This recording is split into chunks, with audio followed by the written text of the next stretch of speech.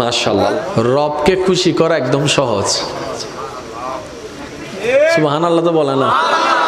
আমার আওয়াজ মনে হয় আপনারা শুনতে পাচ্ছেন না, শুনলে একটু বলেন না সুবহানাল্লাহ।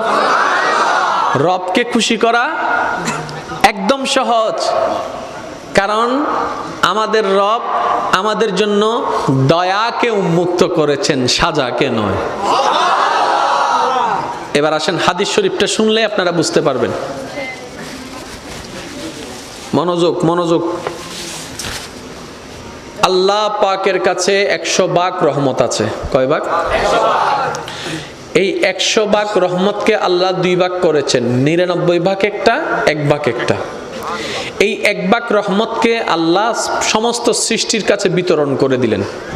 এই 1 ভাগ রহমতের কারণে মায়া সৃষ্টি, এই 1 ভাগ রহমতের কারণে আবেগ সৃষ্টি, এই 1 ভাগ রহমত থেকে মহাব্বত সৃষ্টি, এই 1 ভাগ রহমত থেকে ভালোবাসা।